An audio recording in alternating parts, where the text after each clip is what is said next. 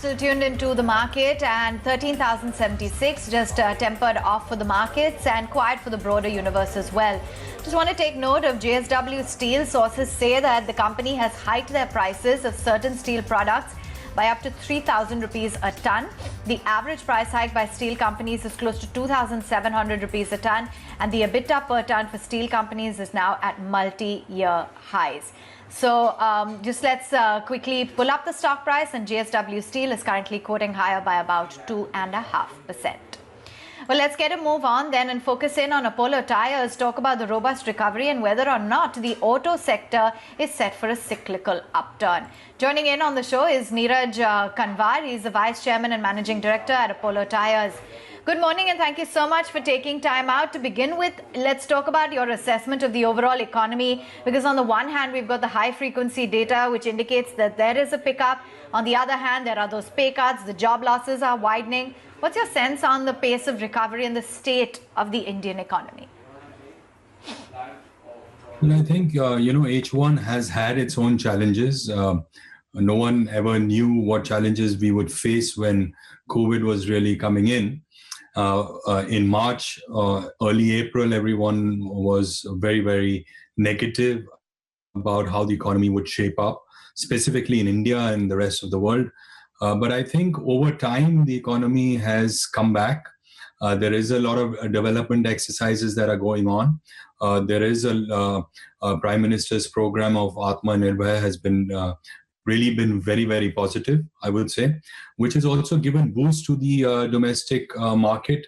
And we can see as recent as today, the GST figures in November have crossed again rupees 1 lakh crore. And this is the second time that it's crossed. So in April, it was, I think, 1.05, and now it is around 1.04. So this is giving a good, healthy sign to the economy that it is back, it is recovering. And as far as Apollo is concerned, we have seen our Q2 results. We've had an all-time high in truck bus tires. We've had all-time highs in farm tires. We've had all-time highs in passenger car radial segment. So all in all, Q2 has been good. The recovery has started. And I believe that Q3 also we are seeing the similar signs of recovery happening in most of the industries. Given there is a lot of infrastructure movement happening, mines have opened up. And the main thing is the rural market. And we find in Q2 and Q3, rural markets have really opened up. And that's where really Apollo has made major share gains in the market space. All right, fair enough. Getting a move on then, give us a sense as to, with this pickup in demand, particularly in the auto space, do you think it's just primarily a post-COVID rush? It could potentially flatten out going ahead, or do you think that this is going to transform into something more meaningful, like a strong cyclical upturn? Well, our industry is cyclical, but I'm seeing this not as a bent-up demand. I'm seeing this as a sustainable demand going forward. We've seen the agri segment, and I can look at the OEMs who are producing at all-time highs, tractors going into the market. We are seeing commercial vehicles coming back. In fact, the future of Q4 for commercial vehicles that we have seen or we have heard from the commercial vehicle manufacturers is that they would be, maybe they'll have a growth Y on Y in Q4 over last year. And as you have seen, passenger car are doing good. In September, we saw Maruti having a 35% growth. So overall, I see that the automotive segment is now going through a growth path. Obviously, we see FY22 as a year where we will see both commercial vehicle and passenger car vehicles coming back to earlier figures of FY20. Okay. Do you foresee a meaningful shift as well towards Agri and CV segments, given what we've seen recently? Is that something that you also foresee on the cards now? According to our own internal estimates today, we would be close to a 32-33% market share as far as truck bus radials are concerned. In passenger car segment, we have made headways, and we have actually gone or gained 500 basis points of market share in the market. And today we are clearly the replacement leaders in the marketplace. We believe that today we will be growing better than last year. Okay, the first quarter has been bad for everyone in the industry, but quarter two, we have made market share gains. We have increased our revenues by 7 to 8%, which is a healthy growth coming from a big base. I believe going forward, H2 also, you will see Apollo making huge growths in all the product segments that we are in. Picking up from OEMs, are they ready to commit for future orders? What's the sense that you're getting? What's the kind of visibility you have there? CV is coming back. We see quarter three are still a bit negative, but quarter four, like I said, Y on Y, the commercial vehicle OEMs have said that they are looking at a Y on Y growth over quarter four. As far as passenger vehicles are concerned, we've already seen hefty growths, and they will continue to have a high single-digit growth in H2. And farm, as we know, they are running full capacity, and we see that even in Q4, the same growth will happen in the farm segment. Sure. Neeraj, you've got a strong hold in the passenger vehicle sector as well, which is showing pretty strong signs of a revival coming in. Now that the government has restricted imports of PCR, how big an opportunity is it for domestic players to gain share, and what kind of an edge does that give you? One thing, as far as India is concerned, imports have come under the restrictive list. And so that has given growth to the Indian tire players. There were huge amounts of tires coming in passenger car tires, and also a little bit coming in the truck segment. So that has obviously given boost, and that's where Apollo has taken advantage of replacing the imports with made in India tires for the Indian market. So really today there is very less or maybe zero of imports coming in from China or from any other markets into India.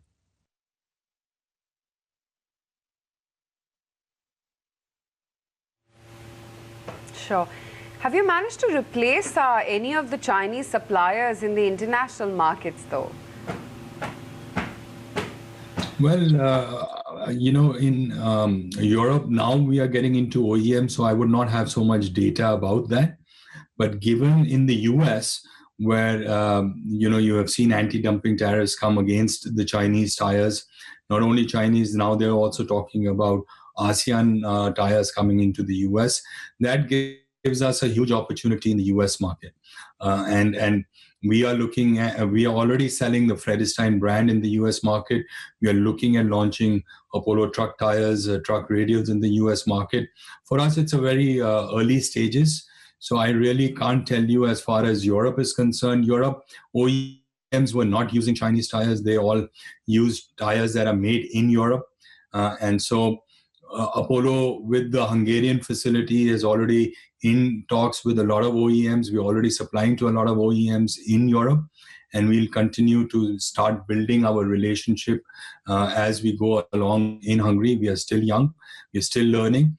But there's a whole opportunity for Apollo to get into a lot of the top brands in the Europe market. Now, your stock price has grown over 25% following a strong Q2 report card. Do you think Apollo Tyres can sustain this run rate in terms of volumes as well as margins? And how are you fixing the capital efficiency matrix following the aggressive capex that you've already incurred? As far as the growth on revenue is concerned, we are very bullish. Touch wood, all goes well as far as COVID is concerned. And if things were to stay the way they are, we are looking at double-digit growths for the entire fiscal year 21. That's very clear. As far as EBITDA margins are concerned, yes, they will come slightly under pressure because raw material input costs have gone up in quarter three.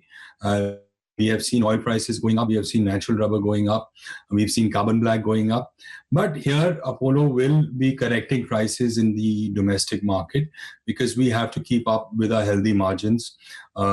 That's my point number 2. My point number 3 is that now the company has really had 5 or 6 years of huge capital intensification in setting up green fields and in updating our technology and putting a lot of money behind R&D. Now time has come where the company has to consolidate. We're looking at the next 2 to 3 years to go light on capital intensity as far as the company is concerned. We are looking at our net debt EBITDA ratios to become better. Already from a 3.2 times, we've already down to 2.4. Our net debt has already reduced to 4,600 crores rupees. So we are going in that direction where now, with putting up all these 3 or 4 new plants around the world, we want to sit back, consolidate our efforts in really sweating our assets, getting our ratios better, and really deleveraging our balance sheet. So the focus is really how do we sweat the assets, how do we go for the extra growth. And I'm very bullish, and I feel the next 2 years you will really see a good run for Apollo in various markets where we have already gone in and put in our seeds all over.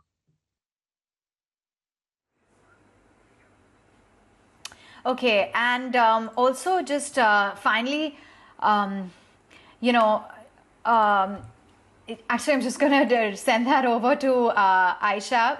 It seemed to snap my connection.